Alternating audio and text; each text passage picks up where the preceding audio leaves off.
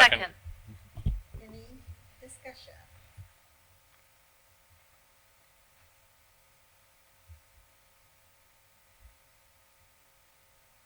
All those in favor, please say aye. Aye. Any opposed, say no.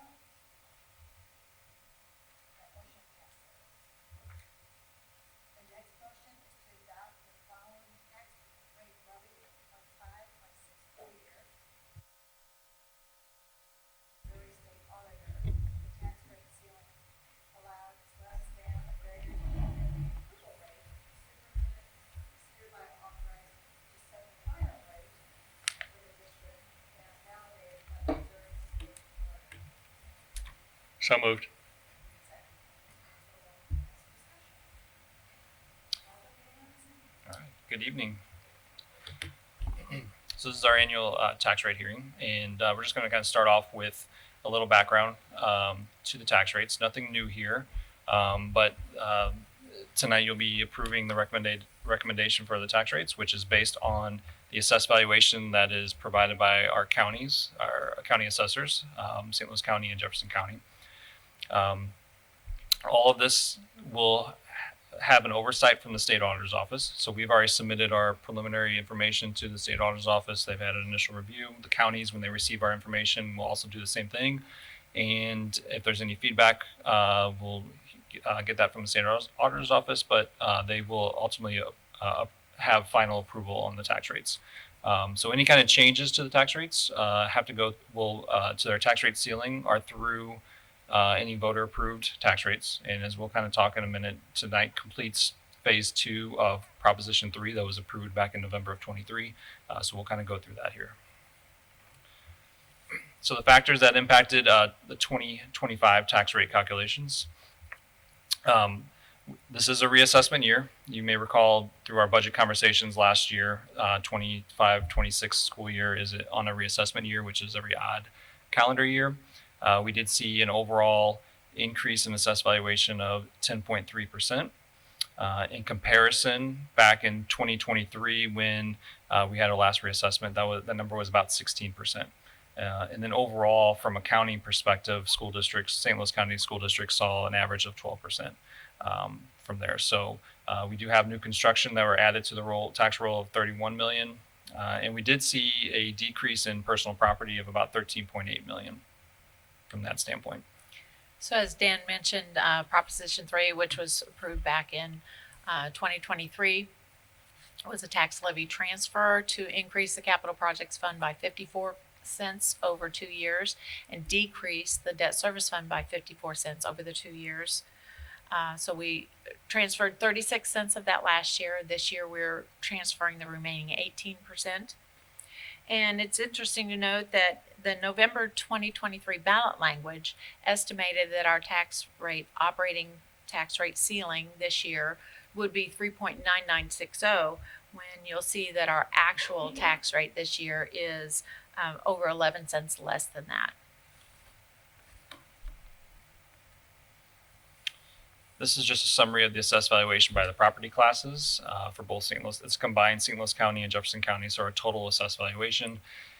You can see we're at close to $6 billion in assessed valuation. There's that 10.3% increase over the prior year, and you can see the categories. Obviously, residential and commercial had the bulk of the increase in the assessed valuation.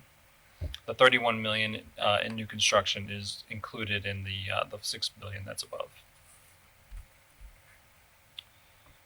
This is just a summary of the tax rates. The top portion of this slide here is to demonstrate the completion of the Proposition 3 transfer. So we're moving 18 cents from the debt service levy to our operating, specifically into the capital fund. So you can see that it creates a no tax rate increase there. And then the bottom portion there shows the comparison. Last year we had a tax rate of 3.8826, and with taking into consideration all the factors that we've previously talked about, we have a small decrease in our tax rate of 3.8816. This is the updated chart for our tax rate history. Just the bottom portion there, you can see again, just to kind of emphasize the completion of the Proposition 3 transfer, where our capital fund is increasing by 18 cents. Our debt service levy is the 14 cents. We did have a rollback of about 10 cents when it comes to our debt service levy calculation. So we're still able to service our remaining debt obligations, which is about 72 million with that 14 cents. And you can see then again, just this year's proposed tax rate of 3.8816 is the lowest that we've had in of the history shown here.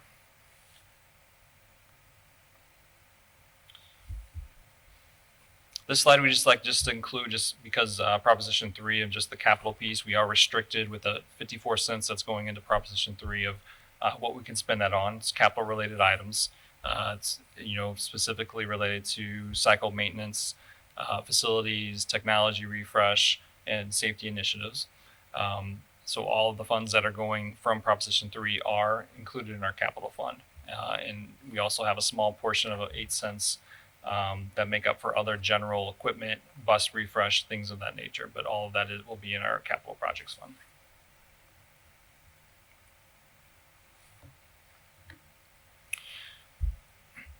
Taking the updated information and showing a comparison to adopted budget. So also as part of our conversation back in last school year was the revenue impact from the senior tax credit program, Senate Bill 190.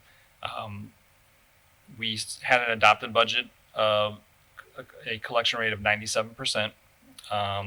We have adjusted that down to 93%.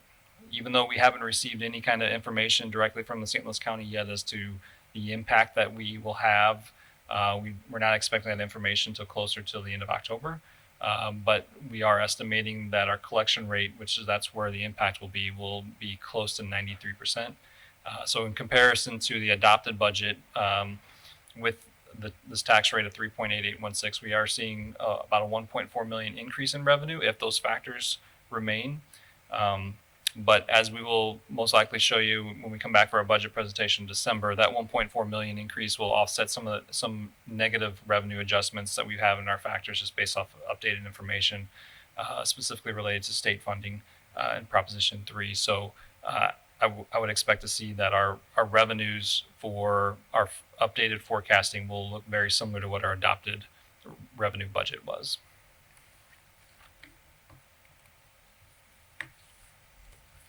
Okay, so just to summarize, setting of our 2025 tax rate is related to our objective of being fiscally responsible as outlined in our new strategic plan, Forward Together. Setting a valid tax rate is very important for that, for being fiscally responsible. So our 2025 tax rate of 3.8816 is the lowest tax rate in over 30 years.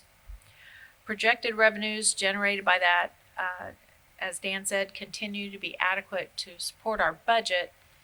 There's still a lot of cloudiness around what our actual collections are going to be, what the impact of the senior citizen tax freeze is going to be.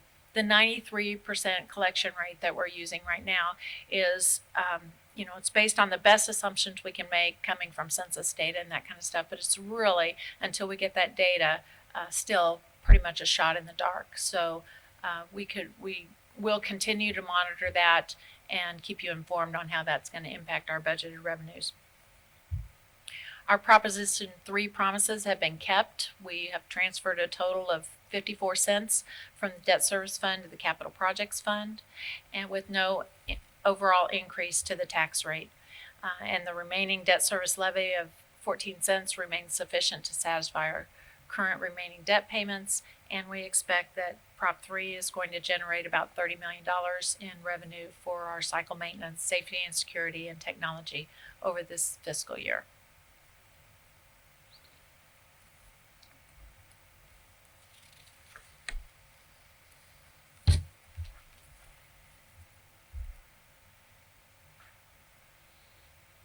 What questions can we answer for you? Looks like people are holding on to their cars a little bit longer. Yes, I think that is partially contributing to the decrease in our personal property assessed valuation.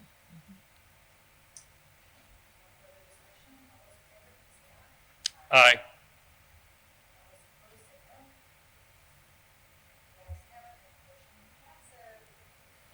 Thank you very Thank you. much.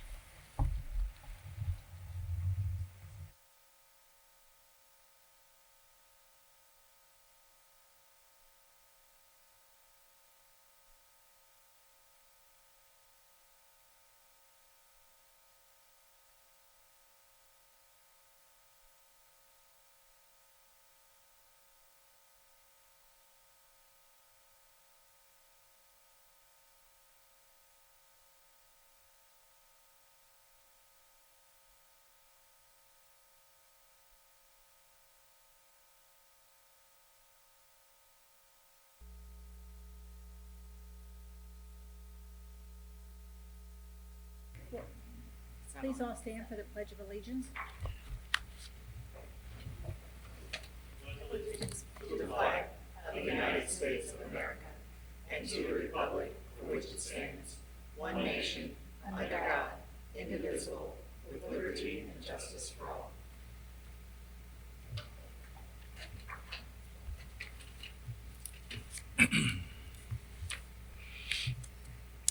The first motion is to approve the Board of Education meeting minutes for September 11th, 2025.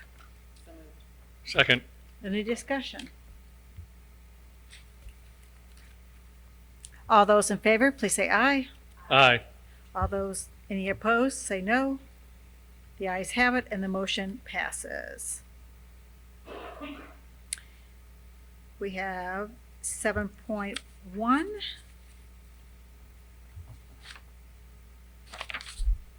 Patron comments. No patron comments tonight. But we have 8.01 Superintendent and Board comments. Superintendent? Thank you, President Midyett. During the 24-25 school year, 2,097 Rockwood students took a total of 4,502 advanced placement exams, and 91.1% scored a 3 or higher.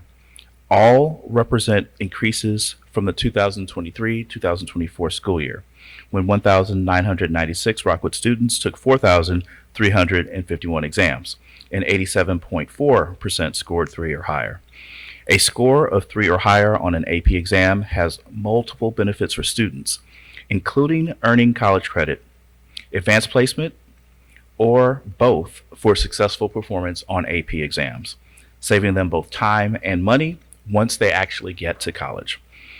I would like to commend our educators for providing and our students for taking advantage of a very rigorous curricular experience and the opportunity to earn college credit in more than 30 AP courses that we offer here in the Rockwood School District. That's a win for everyone. I think everyone deserves a round of applause.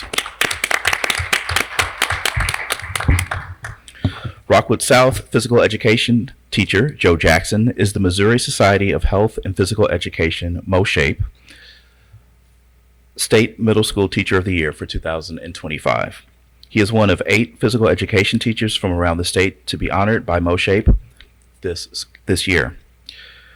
The only middle school educator, and he is now eligible to be considered in the Shape America Central District and National Teacher of the Year programs. Congratulations to Joe, and thank you for your outstanding contributions to both health and physical education for our students. Congratulations, Joe.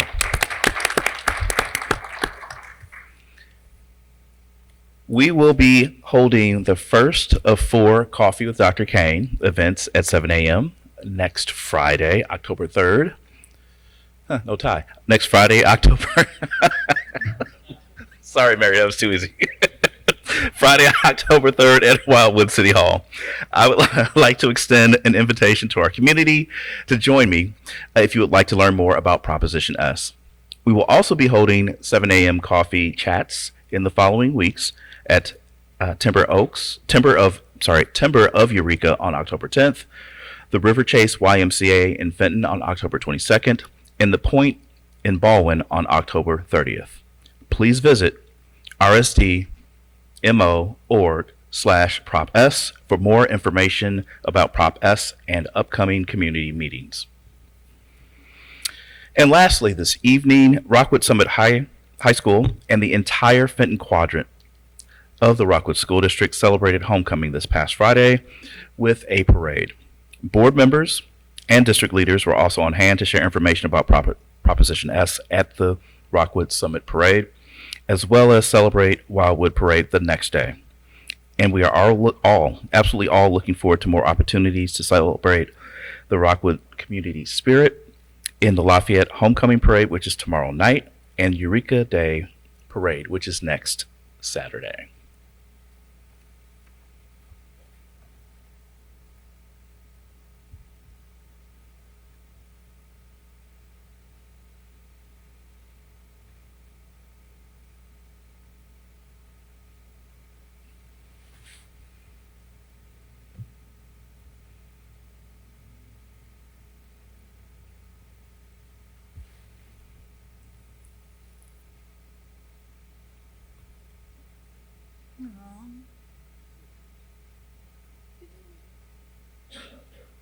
Don't remember.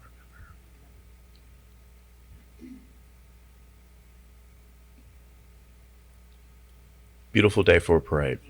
Thank you, President Midyett. Thank you. Board comments. I was gonna say a shout out to the bus drivers at that parade, especially there were kids running onto the street, and I can only imagine their stress level. And my children were also sitting on the bus, screaming out the window that they were gonna throw up at one point. And so just shout out to those wonderful bus drivers for driving that bus in that parade. But it was a lot of fun. Well, I will be there tomorrow night at the Lafayette Parade, and some other board members will be there as well. So more fun tomorrow night. And no board members got left behind. I just want to report that.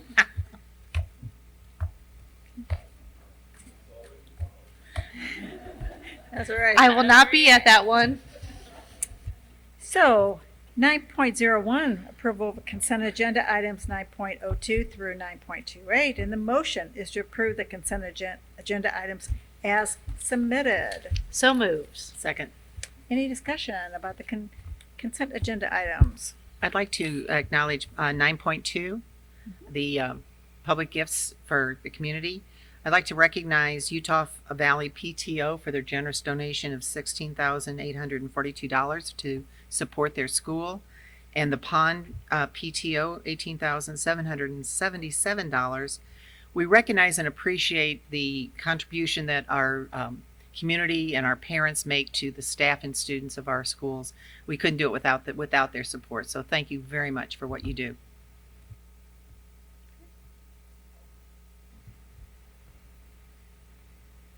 So the motion has been moved and seconded. All those in favor, please say aye. Aye. Any opposed, say no.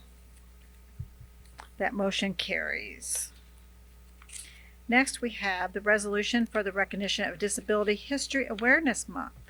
And the motion is to continue to recognize the month of October as Disability and History Awareness Month as outlined in Missouri House Bill 55. And we're going to start with Carrie reading the proclamation. Okay. A resolution designating the month of October of every year as Disability History and Awareness Month and encouraging our schools to provide instruction on disability history, people with disabilities, and the disability rights movement. Whereas there are approximately 130,000 students with disabilities ages 3 through 21 educated by Missouri Public Schools. And whereas the Americans with Disabilities Act of 1990 is founded on 4 principles: inclusion, full participation, economic self-sufficiency, and equality of opportunity for all people with disabilities. And whereas a key method of promoting these 4 principles is for our schools to recognize the contributions by people with disabilities to our society and provide instruction in disability history, people with disabilities, and the disability rights movement through school curriculum, school assemblies, and other school activities. And now therefore be it resolved by the School Board of the Rockwood School District that the board urges our schools to provide intensive instruction on disability history, people with disabilities, and the disability rights movement, especially during the month of October and periodically throughout the school year, and encourages other institutions to conduct and promote educational activities on those subjects. Any discussion? Carmen, Jamie? We always look forward to this month as an opportunity to showcase both our students and our staff and their special education programs. And we work with our communications department who does a fabulous job of highlighting those stories for us to share with the community. And one of the stories that we will be able to share is actually a teacher here in the Rockwood School District. And Jody Lee actually spoke to my special education staff at the beginning of the school year for our back to school orientation. And she has wrote a series of books about being different at school. It was an amazing opportunity to be able to showcase both a teacher in the Rockwood School District and she is also a parent. Oh, that's really cool. It was a great opportunity to look forward to seeing that story coming up soon. Yeah, great.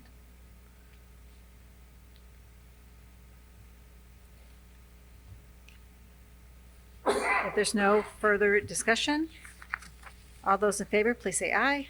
Hi. Any opposed, say no. The ayes have it and the motion passes. Thank you Thank for you. coming Thank you, tonight. thank you.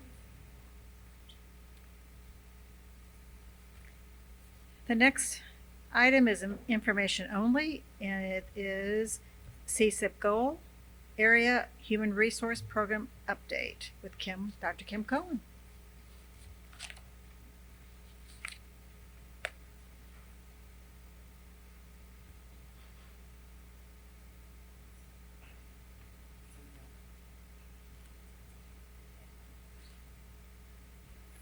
Thank you. You're wonderful. Good evening, President Midyett, Vice President Romberg, Directors Dr. Kane, and Mrs. Sadowski. Thank you for letting me present tonight. My goal this evening is to tell you a little bit more about the leadership roles within my department and to provide you with a very brief summary regarding our staffing for 25-26, as well as a basic enrollment summary. So this is our HR leadership team, if you will. Dr. Jennifer Martin is our Director of Human Resources, and she deals primarily with our certified staff. Jen comes to us from the Clayton School District. She joined us in Rockwood last year and brings 15 plus years of building leadership, which has really allowed her to jump right in and work closely with our principals in supporting our goals and growth within our buildings. You have Brenda Tinsley, who is a longtime Rockwood employee, working with primarily our benefits and leave. And Brenda has worked really hard in her tenure in the benefits department to really bring forward customer service and really meeting our employees where they are and helping them along the way. And then Brittany Halpin, as new to our department, she is our human resources coordinator of classified staff. And Brittany has been such a great addition to the team. She has been on board since July 1. She brings with her a background in recruitment, which has showed amazing gains already in our hiring practices for our support staff or classified staff. So we're really excited to have her on board. This just gives you a basic list of the job responsibilities. Our structure has been refined to better align with our district's operational and strategic needs over the past year. I'm not going to go through the whole list, but again, you'll see the items under Jen. They fall primarily with the certified teaching staff and our classroom assistants. Brittany, again, falls with more of the classified staff. And then Brenda is more benefits and our leaves, our various leaves, including ADA and FML. And then all the rest of that falls under me. And I work very closely with Jen, Brittany, and Brenda on a daily basis to troubleshoot as needed. This is our new teacher summary. This year, did I skip a slide? Sorry. This year we hired 115 teachers versus last year, during which we hired 130. I would attribute this to a couple factors. The difference of 15. We lost 10 fewer teachers this year than we did the prior year. So clearly that's fewer spots that you're filling. And then, as you know, we are looking at right sizing based upon our demographic study and doing so via attrition. So we were able to pick up a few spots that way as well. All right, 48% of our new teachers this year hired hold a master's degree or higher. This is our new teacher summary. 40% of new teachers have 4 or more years of teaching experience, with the average years of experience being 4.87 years. The average adjusted salary is $54,483 and change for 25-26 new teachers. We hired more teachers from the University of Missouri St. Louis at 18 and Missouri State University at 14 than other universities. However, you can see that this is closely followed by University of Missouri Columbia, Southeast Missouri State, so we kind of have a little pocket there. We have been working very intentionally on our recruiting efforts by attending job fairs across the state, and we have seen some good uptick in numbers that way. These are our open certified positions. We hate having open certified positions at any time during the school year. That being said, I do feel good with where we're at. We have biology and FACS that were late resignations. We have both of those filled by substitutes that have a biology cert and a FACS cert. So long-term substitutes that are allowing consistency for our students, so we don't feel as though we have any issues there. We do have a Spanish teacher that resigned as the school year started. So we do still have that teacher in that position and are actively recruiting her replacement, which I feel as though we're making good progress there. And then our other 2 positions we have not filled. They are still posted, but it's not, children are not suffering with the loss. We've been able to shuffle caseload a little bit there. Open positions for classified. I do want, as I said, we just brought Brittany Halpin on, and we do have some success stories. Clearly, that is also due in great part to our communications department. Mary walked off, but our communications department, as you know, they have done a great job with getting the word out via advertisements. In transportation, we currently, per Mike Heyman, we currently have all routes covered and a few sub-drivers available when needed. That being said, we are still actively recruiting because we could definitely benefit from additional substitute drivers. On the maintenance side, we have filled all of our open positions except for 1 carpenter role, and that role is open just because we had someone transfer over to custodial. So that is great gains there. Adventure Club, we are still hiring activity assistants as there's still a wait list, but there is a steady applicant pool for those positions. So great gains there. We do still have multiple areas, however, that we are strongly focusing on hiring: child nutrition, custodians, and grounds being the highlights. Again, just looking at things differently, trying to get out into the community a little bit more. We will be, if any of you are at craft fair, if our district craft fairs, we will have a table set up there, just trying to actively recruit from those within. Our enrollment summary, we do recognize that class size plays a critical role in student success, teacher effectiveness, and the overall learning experience. Before we dive into the numbers, it's important to note that the averages I'm going to show you do not include additional support our students receive every day from classroom assistants and interventionists. That means the actual student to adult ratio in our classrooms is more favorable than I'm about to share. So as a district, it's important to note that we set our own class size standards that are more rigorous than the Missouri School Improvement Program, or MSIP standard. I'm proud to say we consistently remain below those benchmarks. At the elementary level, 99% of classrooms meet or fall below Rockwood's own ideal class size standard. This ensures our youngest learners receive the personalized attention they need to build strong academic and social foundations. Across all of our schools, class sizes remain remarkably consistent, which reflects our commitment to providing equitable staffing and resources for every student in the building. Our middle school class sizes also tell a very positive story. Across grades 6 through 8, average core class sizes range from 18.07 to 18.38 students. To put that in perspective, the MSIP maximum for these class ranges is from 30 to 33 students. We're operating well below those limits, which allows our teachers to connect more deeply with each student. Our team structure, so our middle school team structure, also remains steady with an average of 108 to 110 students per team. This helps teachers collaborate effectively and gives students a strong sense of community. Breaking it down by grade level, the average core class size is 18.35 in 6th grade, 18.07 in 7th grade, and 18.38 in 8th grade. Turning to our high schools, you'll see the same trend of small supportive class sizes. In Algebra 1, the district-wide average class size is 20.24 students, with individual school averages ranging from 17.22 at Lafayette to 22.56 at Eureka, all of which are very comfortably below the MSIP standard as previously discussed. Biology class sizes are similarly favorable, with the highest average coming in at the 23.67 that you see at Rockwood Summit.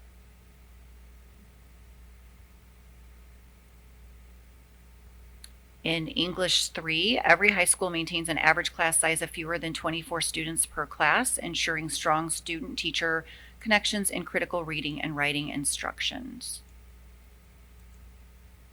Then, as you know, the children, is why we're here and why we do what we do.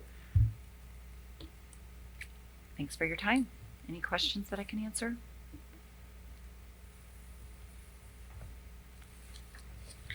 Kim, I had one. Go ahead. I have a question. I was looking at language arts, and maybe it's just because of the options for curriculum.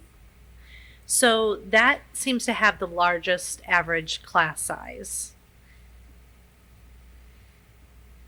versus like algebra. Why would there be a discrepancy on that? Is it because there's more math classes and everyone has to take language arts? So this is specific to English 3, not Okay, so overall it's- language arts.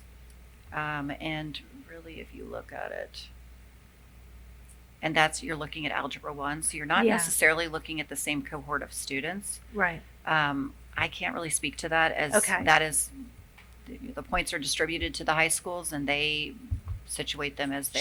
Sure. I just was curious because that seems to be a class, like the grading is more Mhm. cumbersome Mhm. for the teachers, the quick feedback. So that was my question in general. That seems to, that's the highest. So, Carrie, the algebra numbers are going to be lower because of the 8th graders taking algebra. That's what I figured. Grade. So we want Okay. a good percentage in there. With biology, we have kids who would be in AP bio, maybe instead of that. Every kid takes English 3. That's what I was thinking. So, and with it being a junior level class, as they go up, they're probably going to have a bigger class size for juniors than they would with freshmen. So. Okay, thank you for that clarification. Kim, on that slide, can you talk about the difference in the sections? Because Summit has 7 sections, but a larger number of average per class. Because it's total number of students, so Okay. They just have more They're students, but Mhm. less sections? No, Summit has fewer students, so they have 158 Okay, they have students. less students. So they only need 7 Gotcha. sections to get to an average class size of 22, versus a Marquette, for example, has 282 students. Got So it. they need the 13 sections to get to a 21.69. To keep that class size down. Mhm. Okay, gotcha. Mhm. All right. Not necessarily a question, but maybe 2 observations just to share. Overall, it looked like, based upon your hiring rate, we're running about a 7% turnover rate, roughly. I understand the Missouri average for last year was 15%. So I think that speaks very highly of the district, that we're outperforming the rest of the state. The other piece, again, just kind of an observation, is it looks like roughly 60%, of the hires are new teachers coming in, and it's always great to have new people coming in. But it looks like then 40, maybe a little higher than 40, are experienced teachers coming in, which tells me we have a draw both for new teachers coming out of college, but also for teachers coming from other districts, other areas to work for us. So that sounds like a good, human resource pool coming in. You're not replacing everybody with new people, nor are you replacing everybody with doctorates. Correct. It's great to have the average years of experience is 4.87 years of experience, and that is a great pool to choose from. Mhm. All right, if there's not any more questions, we'll move on to 11.02, future agenda presentations and events to attend. Thank you, Kim. whoops, I skipped proposed agenda for the October 2nd Board of Education meeting, which is up there.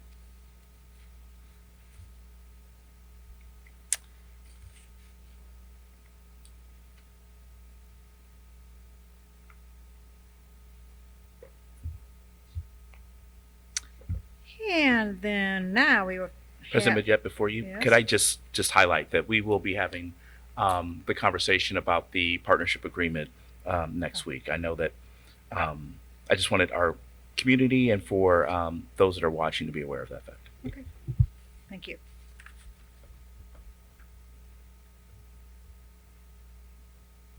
Future agenda, presentations and events to attend. As we said, that lots of things, lots happening. Busy time of the school year, very busy time. Tomorrow is the religious leaders breakfast. Looking forward to that.